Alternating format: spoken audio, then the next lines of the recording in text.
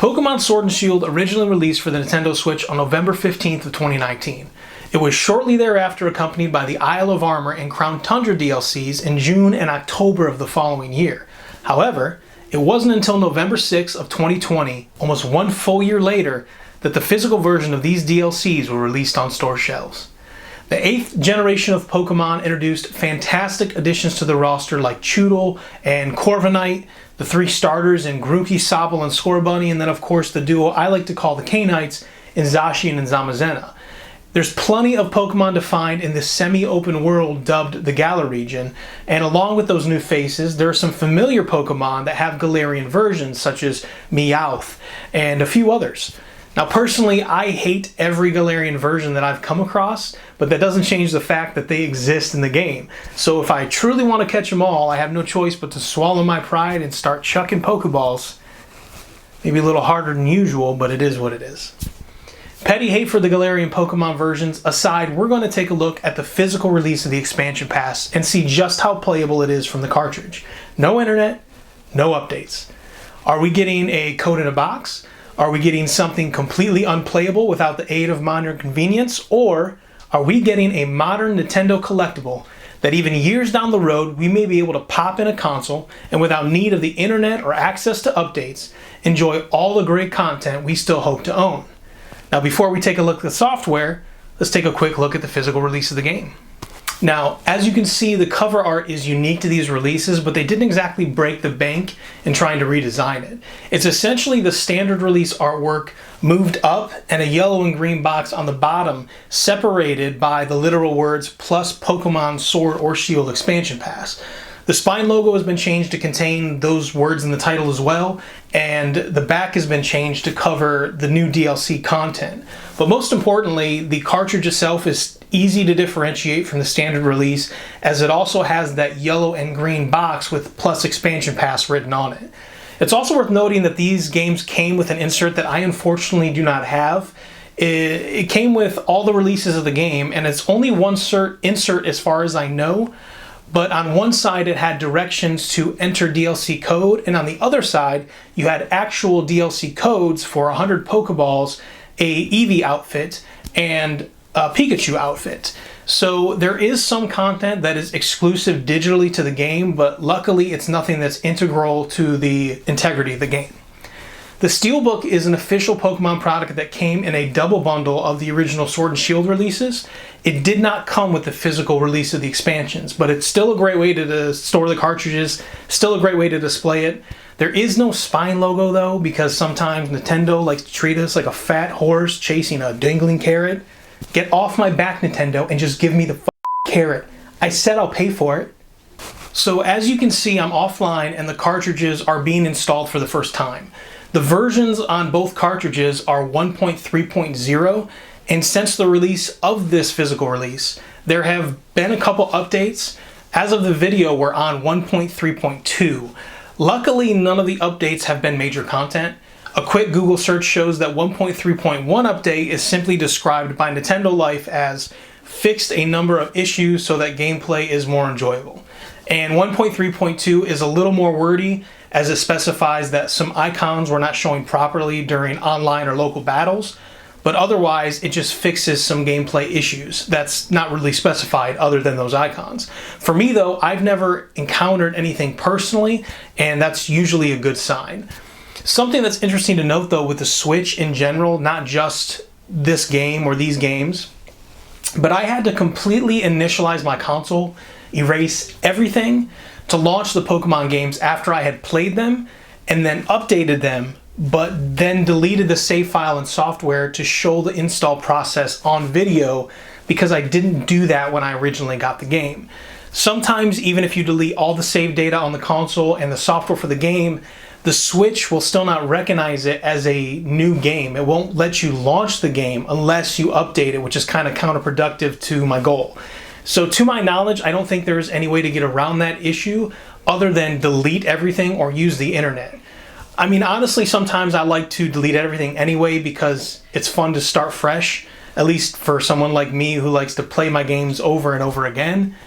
But for the purpose of the series, with almost every game I play, I can just upload to the cloud anyway, play the game without updates, and then download that save file back when I'm ready. It's not specific to the Pokemon games, but I have done it with a few games. It really won't happen unless you constantly keep deleting and reinstalling your games and save files anyway, so hopefully you pick a different role model in gaming, because I'm not that guy, pal. I'm not that guy. You're not that guy, pal. Trust me. You're not that guy. The game opens with Pokemon League Chairman Rose introducing you to the new Galar region and the region's undefeated champion Leon with his trusty, but definitely overrated, Charizard companion. Your character is sitting at home when your friend Hop, who happens to be the champion's younger brother, comes in frantically to drag you away to meet his older brother Leon, who is coming home for a visit. So you grab your bag, you harass a defenseless animal on the way out, and run off to meet Hop and Leon in town.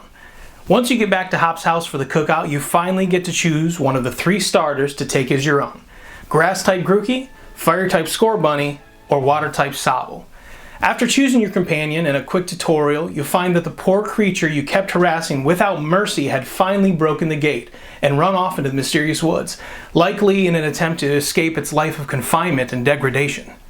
So you, Hop, set off to rescue the Wooloo, only to be met by a mysterious dog-like creature that seems more illusion than reality. And luckily Leon rescues you and captures the lost Wooloo so it can be taken home and once again harassed until the end of its miserable, godforsaken life.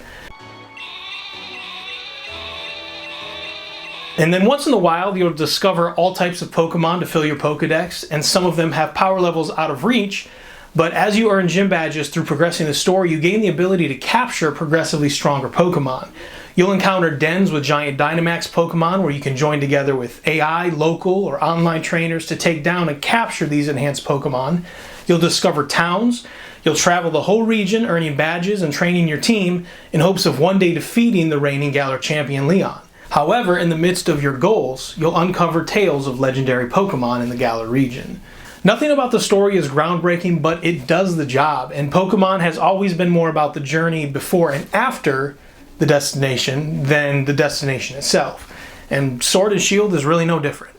Between Sword and Shield, I put about 120 hours of gameplay in so far, and I would say that about 80 of that is 100% without internet and updates.